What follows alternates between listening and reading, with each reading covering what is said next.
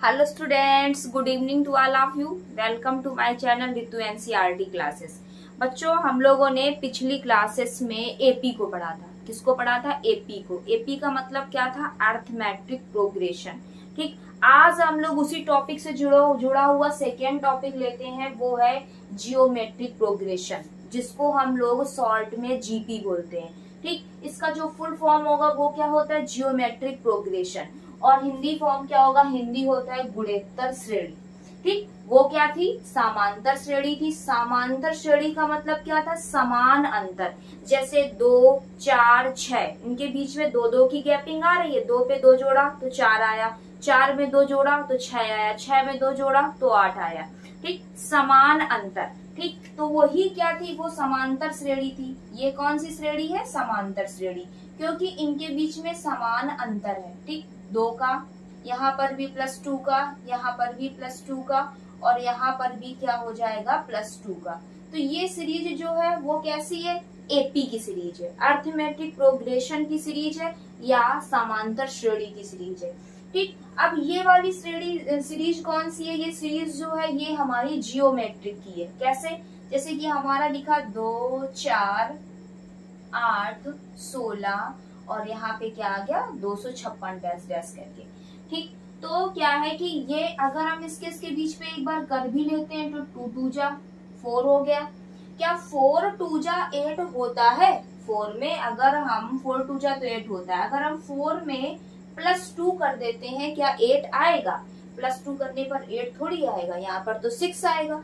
तो हमें जाना चाहिए कि ये सीरीज समांतर श्रेणी नहीं है। ठीक, ये समांतर की श्रेणी नहीं है। तो ये कौन सी श्रेणी हुई?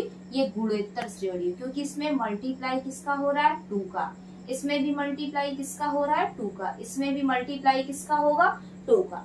ठीक, तो हम ये बोल सकते हैं कि जहां कहीं पर भी क्या हो जाए? गुणा हो जाए तो वो गुणोत्तर श्रेणी। ये हमारा मोटा मोटा फंडा है। अगर एक अच्छी सी इसकी डेफिनेशन देखी जाती है तो वो होती है कि इन दोनों के जो ये सीरीज है, इसमें जो डिजिट है, डिजिट के बीच में अगर सार्व अनुपात सबका सेम आ जाता है, क्या? सार्व अनुपात सबका सेम आता है, तो ये सीरीज जो होगी वो गुणोत्तर श्रेणी की होगी।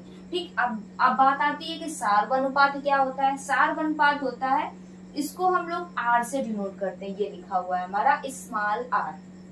सार्व अनुपात को किससे डिनोट करते हैं? स्मॉल आर से। ठीक, तो सार्व अनुपात क्या होता है कि जो पीछे की संख्या होती है ये वाली, उसमें आगे वाली जो संख्या होती है उससे क्या करते हैं? भाग देते हैं। तो यहाँ पर कितना आएगा? 2 आएगा। ठीक, सेम इसी तरीके से इन दोनों पे करते हैं। यहाँ पे जो पीछे की संख्या क्या है? 8 है। आगे की संख्या क्या है? 4। इससे इसको किया, यहाँ पर भी क्या आया? 2 आया। अब 16 पे करते, 16 पीछे की संख्या है, आगे की है 8, तो यहाँ पर भी क्या आया? 2 आया। ठीक, तो ये क्या है? ये सार्व अनुपात है, जिसको हम लोग स्मॉल आर से डिनोट करते हैं। तो जिस सीरीज में सार्व अनुपात समान होते हैं वो सीरीज गुणोत्तर श्रेणी की होती है, या जियोमेट्रिक प्रोग्रेशन की होती है। और जिसमें क्या होता है कि समान अंतर होता है। क्या होता है? समान अंतर होता है। वो श्रेणी जो होती है वो समांतर श्रेणी होती है। कैसी श्रेणी होती है? समांतर श्रेणी। ठीक, आई होप आप लोगों को ये सीरीज जो है वो बिल्कुल कंफर्म हो गई है कि कौन सी गुणोत्तर श्रेणी होगी, कौन सी समांतर श्रेणी होगी। ठीक, तो आइए अब हम लोग क्या करते हैं कि इस जो ये हमारे इसके न्यूमेरिकल है गुणोत्तर श्रेणी के, उनको सॉल्व करने की कोशिश करते हैं। ठीक, आप भी करिए, हम भी करते हैं। अब देखिए इसमें क्या है कि गुणोत्तर श्रेणी में हमें 2 फार्मूलाज होते हैं, उनको अच्छी तरीके से लर्न कर लीजिए। छोटे छोटे से होते हैं, बस उन फार्मूलाज को हम अपने न्यूमेरिकल्स में रखेंगे और आराम से सॉल्व करेंगे, उनका आंसर निकाल लेंगे। ठीक, तो यहाँ पर हमारा पहला फार्मूला है एनवा पद। क्या है? एनवा पद। एनवा पद का फार्मूला होता है a r की power n-1। Simple, a r की पावर -1। ठीक, अब दूसरा फार्मूला क्या होता है? दूसरा होता है पदों का योग। हम जब एनवा पद निकाल लेंगे या पदों की संख्या निकाल लेंगे, फिर उसके बाद हमसे कभी कभी क्या पूछ दिया जाता है कि आपने जो सीरीज में पद निकाले हैं, जो बताए हैं, उन सारे पदों का क्या करो? योग बताओ। ठीक, अगर हम ऐसे सीरीज लिखेंगे और यहाँ पर तो इतनी बड़ी संख्या सीरीज लिख के हम बैठने जोड़ेंगे, ठीक, तो टाइम लगेगा। तो हम क्या करते हैं, इन फार्मूलाज को रखेंगे और इनको सॉल्व कर लेंगे। ठीक, तो यहाँ पर क्या है कि दूसरा, इसमें पदों का योग करने के लिए दो कंडीशन होती है। कौन सी दो कंडीशन है? कि जब r बड़ा होगा किससे? 1 से। जब r बड़ा होगा 1 से तब हम ये फॉर्मूला लगाएंगे। r का मतलब सार्व अनुपात, और वो हम लोग जान गए हैं कि पीछे वाली संख्या लिखेंगे उसमें आगे वाली संख्या से डिवाइड करेंगे तो हमारा सार्व अनुपात आ जाएगा। ठीक, तो क्या है, r जब बड़ा होगा 1 से तब हम ये फार्मूला लगाएंगे, a r की पावर n-1 अपान r-1। और जब r सार्वनुपात छोटा होगा 1 से तो हम a 1 माइनस r की पावर n अपान 1 माइनस r लगाएंगे। ठीक, तो अब हम इस फार्मूला को इस वाले फार्मूला से लिख कैसे सकते हैं? बस हम ये फार्मूला लर्न करें, इसको कैसे लिखेंगे। यहाँ पर क्या है, r बड़ा, और हमने अपने सब्ट्रैक्शन वाले जो हमारे सवाल होते हैं सब्ट्रैक्ट वाले, माइनस वाले, उसमें क्या होता है कि सबसे बड़ी संख्या पहले ऊपर लिखते हैं, तभी तो उससे छोटी घटा पाते हैं। बड़ी पहले आती है फिर उससे छोटी घटती है ना, तो उसी तरीके से यहाँ पे r बड़ा, तो r को पहले लिख दिया गया। ठीक, r की पावर क्या लगा दी गई, n लगा दी गई। जो ये -1 ऊपर था उसको नीचे लिख दिया गया। फिर यहाँ पर r, यहाँ पर भी r, यहाँ पर 1, यहाँ पर भी 1। ठीक, साइन क्या रहा, माइनस का रहा, और इसमें भी साइन क्या है, माइनस का। यहाँ पर तो साइन की भी कोई झंझट नहीं है कि प्लस का है कि माइनस का, केवल एक ही साइन है, वो भी का है माइनस का। ठीक, अब इसके बाद में क्या है, यहाँ पर r क्या है, छोटा है, तो यहाँ पर जब r छोटा है तो उसको r को पीछे रख दो, r छोटा r पीछे और 1 बड़ा तो 1 को आगे, तो 1 माइनस r की पावर n अपान 1 माइनस r। ठीक, अब यहाँ पर क्या है कि a जो है वो है प्रथम पद, a क्या है, प्रथम पद, और r क्या है, सार्वनुपात, वो हम लोगों को पता है कैसे निकालते हैं। और n क्या है, n है पदों की संख्या, n क्या है, n है पदों की संख्या। ये nवां पद है और ये n पदों की संख्या है। ठीक, अब क्या करते हैं, इनको न्यूमेरिकल्स में रखते हैं और सॉल्व करते हैं। पहला कौन सा, 2 4 8 16 ... 2 5 6, ये में कुल कितने पद हैं। पहले हमसे क्या पूछा गया है, कुल कितने पद हैं। तो इसके लिए हम लोग क्या करेंगे, सबसे पहले ये फार्मूला लगा देंगे, a r की पावर n-1, a r की पावर n-1, और यहाँ पर क्या दिया गया है, nवां पद का फार्मूला होता है ये nवां पद। ठीक, nवां पद। तो यहाँ पर हमें क्या निकालना है, अब हमें इसमें ये जानने की कोशिश करनी है कि कौन कौन से मान दिए गए हैं, कौन सा निकालना है। जिसने ये सीख लिया उसके लिए बिल्कुल इजी। यहाँ पर हमें क्या है, nवां पद दिया गया है। कहाँ पर दिया गया, ये होता है nवां पद। ठीक, और a कहाँ है, a दिया गया, ये होता है a, इसको लिख देते हैं a, और ये क्या है, nवां पद। ठीक, ये है nवां पद। और r क्या है, r हमारा सार्वनुपात था, पीछे वाली संख्या को लिखते हैं, आगे वाली संख्या से डिवाइड करते हैं, 2 आता है, इसमें भी 2 आएगा, इसमें भी 2 आएगा, तो सार्वनुपात हमारा क्या है, 2। बस निकालना क्या है, स्मॉल n को हमें निकालना है। स्मॉल n क्या होता है, पदों की संख्या या कुल कितने पद हैं। अब बस ये सारी वैल्यू रख दो किन किन जगह। nवां पद लिखा है, nवां पद क्या है, 2 5 6, ये है, इसके बीच में इक्वल लगा दिया। a क्या है, a 2 है, इनटू r क्या है, r भी 2 है, इसकी पावर क्या है, n-1।